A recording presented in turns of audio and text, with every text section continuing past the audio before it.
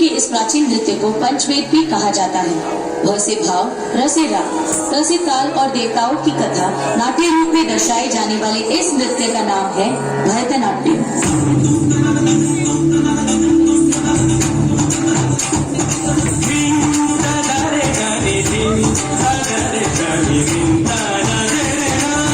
अपने नृत्य द्वारा एक कहानी को प्रस्तुत करने वाले उत्तर भारत के इस मशहूर नृत्य को कथक कहते हैं।